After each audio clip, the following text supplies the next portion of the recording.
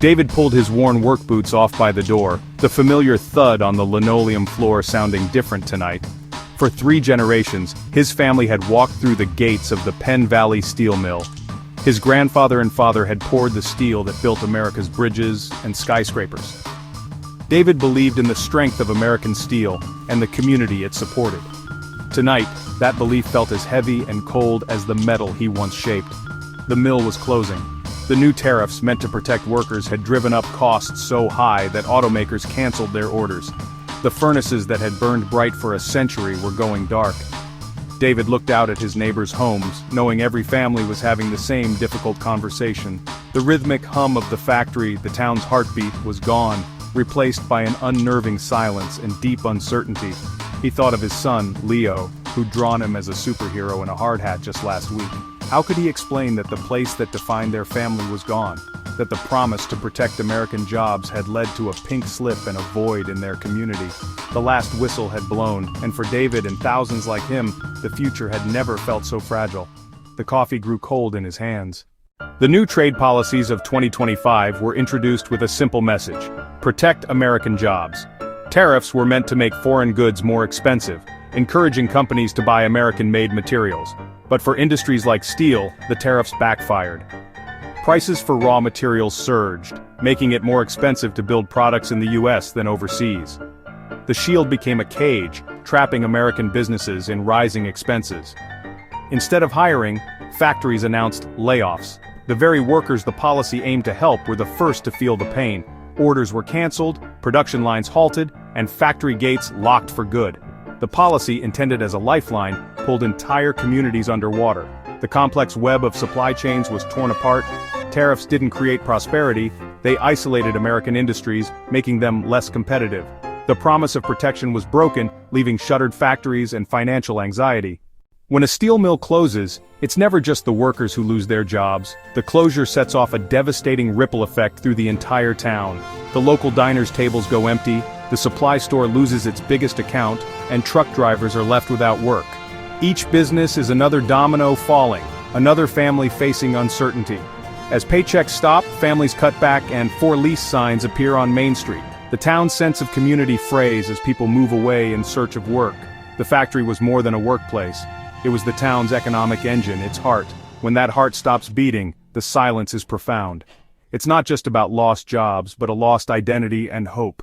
The question on everyone's mind: what happens to us now? For decades, the US built strong trade relationships with allies like Canada and Japan. The new tariffs of 2025 sent shockwaves through these alliances. Suddenly, the US was seen as unpredictable, not a reliable partner. Canada rejected key American proposals and protected its own interests.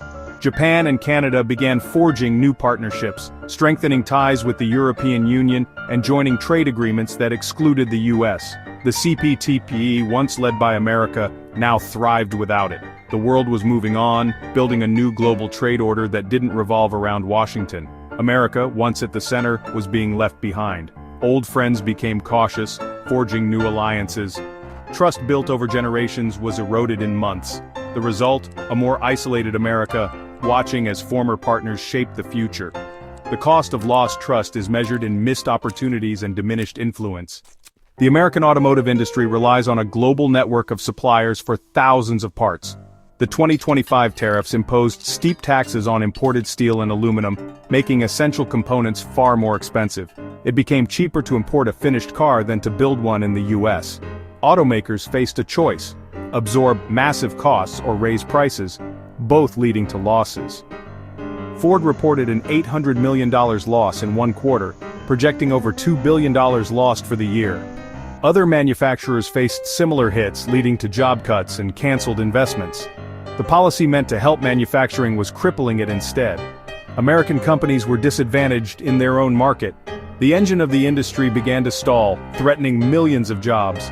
The dream of bringing manufacturing back was colliding with harsh reality. Trade is a two-way street. When the US imposed tariffs, other countries retaliated. Allies like Canada, Japan, and Europe targeted iconic American products with their own tariffs. Suddenly, American goods became more expensive abroad, and sales plummeted. Years of building brand loyalty unraveled as foreign competitors filled the gap. American farmers were hit hardest. Major buyers like China canceled contracts overnight. Fields of unsold crops and collapsing prices pushed many to the brink. The hardship was both financial and emotional, breaking trust built over decades. Rural communities, the backbone of the country, faced ruin. The trade war turned loyal customers into competitors. Farmers felt abandoned by both overseas markets and their own government. The harvest of 2025 was one of deep and bitter hardship. Retaliation made the pain of tariffs even more acute at home. Tariffs sound like distant policy, but they're really a tax passed down to ordinary people. In 2025, American families saw prices rise on everything from appliances to groceries. Companies facing higher costs for imported materials had to raise prices. The story repeated across thousands of products, draining family budgets. Economists warned this would happen. Consumers were bearing the brunt of tariff costs. The Federal Reserve noted tariffs were pushing up inflation, shrinking the value of every dollar. Small businesses, lacking resources to absorb costs, struggled even more. The hidden price tag of a trade war is paid by American citizens. It's seen in higher prices, struggling businesses, and stretched family budgets. The policy meant to make America richer made life more expensive for everyone. The cost of tariffs had come home. The burden was felt in every household. For most of the last century, America led the global economy, building alliances and prosperity.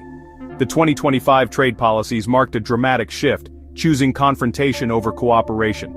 As America turned inward, allies built new trade blocs without the U.S. The CPTPP thrived, lowering barriers and creating opportunities while America watched from the outside. America's absence weakened diplomatic ties and replaced trust with suspicion. Old alliances strained, and global problems became harder to solve.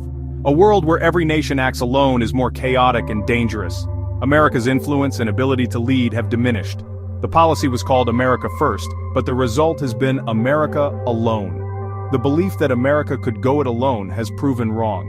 In an interconnected world, there's no prosperity in isolation. The empty seat at the global table is a symbol of lost opportunity.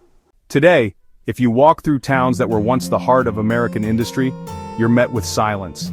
The clang of the steel mill and the roar of the assembly line have faded. These places, once full of purpose, now echo with loss. David's story is not just his own, it's a nation grappling with a promise that backfired.